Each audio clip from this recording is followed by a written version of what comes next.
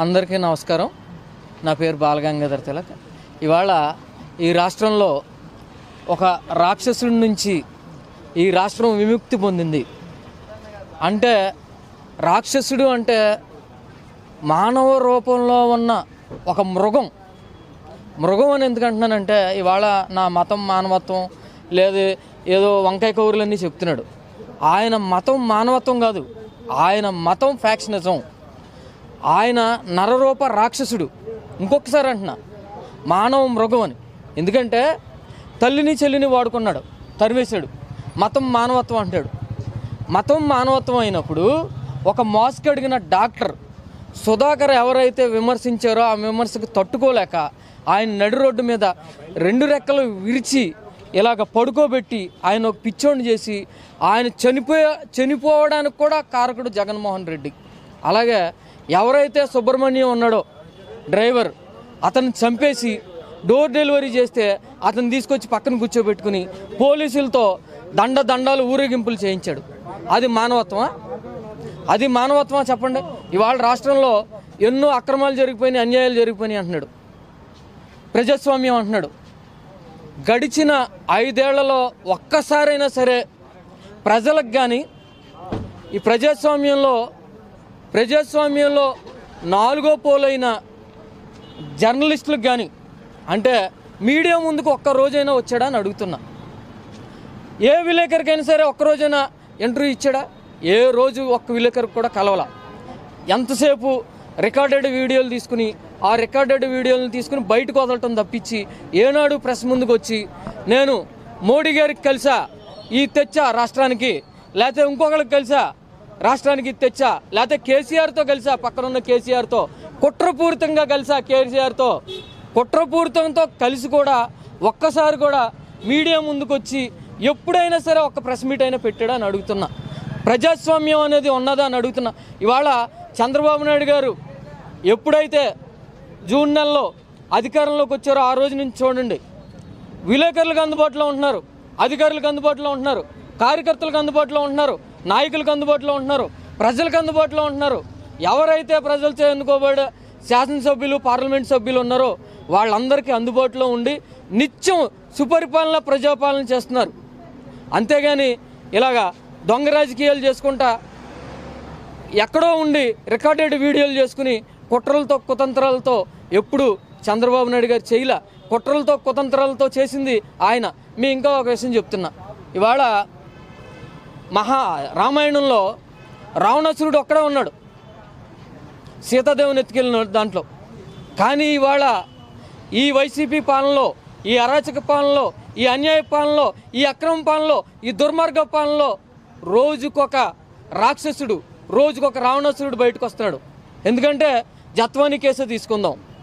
ఇవాళ తారీఖు ఎంత బ్రదర్? ఇవాళ 4వ తారీఖు. అంటే ఇవాళ కేసు పెడుతున్నారు.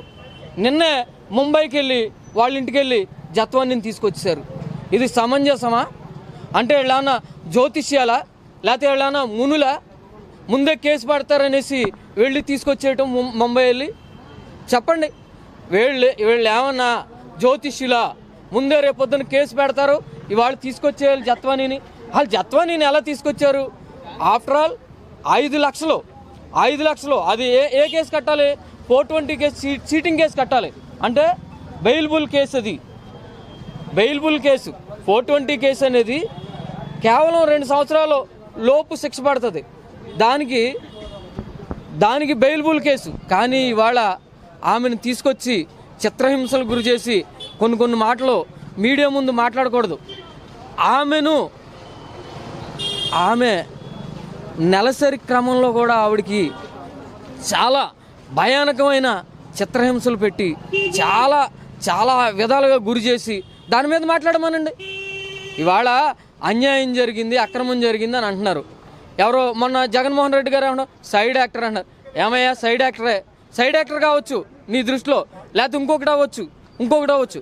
కానీ ఆమె ఒక మహిళను తీసుకొచ్చి ఒక అన్యాయమైన కేసులో తీసుకొచ్చి ఆమెని జైల్లో పెట్టి ఆమెను తీసుకొచ్చారు. వాళ్ళ తల్లిదండ్రులు తీసుకొచ్చారు. ఎక్కడో ఫారిన్లో ఉన్నటువంటి వాళ్ళ తమ్ముడు అన్నయ్య ఎవరైతే ఉన్నారో అతను కూడా తీసుకొచ్చి అతని అకౌంట్లన్నీ సీజ్ చేసి ఈమె అకౌంట్లన్నీ సీజ్ చేసి చాలా దుర్మార్గ పాలన చేశారు. వాటి గురించి మాట్లాడమనండి. ఏంటది మీరు అన్నారు ఇందాక, నేషనల్ పార్టీయా ఇంటర్నేషనల్ పార్టీయా వైసీపీ పార్టీ? కనుమరుగైపోయిందన్న విషయం తెలుసుకుంటా. 11 సీట్లతో ఈ రాష్ట్రంలో ఉన్న ప్రజలు ఎవరినన్నా సరే ఏది అధికారానికి దూరం చేస్తారు. అధికారానికి దూరం చేయలే, ఈ రాష్ట్రం నుండి ఈ రాష్ట్ర సరిహద్దుల నుండి శాశ్వతంగా తరిమి కొట్టారు. ఆ విషయం తెలుసుకుంటే చాలా మంచిది. ఎందుకంటే బహిరంగంగా వెలివేశారు. వెలి అనే పదం వాడచ్చో వాడకూడదో నాకు తెలియదు, కానీ ఇవాళ బహిరంగంగా వెలివేశారు. ఈ వెలివేసి మళ్ళీ అధికారానికి వస్తే ఇంకా ఒక అంటున్నాడు నేనుంటే అంటున్నాడు. నువ్వుంటే 4,000 పెన్షన్ వచ్చేది కాదు. నేనుంటే అంటున్నాడు నువ్వుంటే మా భూములన్నీ నువ్వు తాకట్టు పెట్టుకునేవాడు. చంద్రబాబు నాయుడు గారు అధికారంలోకి రాగానే ల్యాండ్ టైటిలింగ్ చట్టాన్ని తీశారు. నువ్వు 5 సంవత్సరాల్లో ఏ ఒక్క డిఎస్సీ అన్న నిర్వహించావా అని అడుగుతున్నా.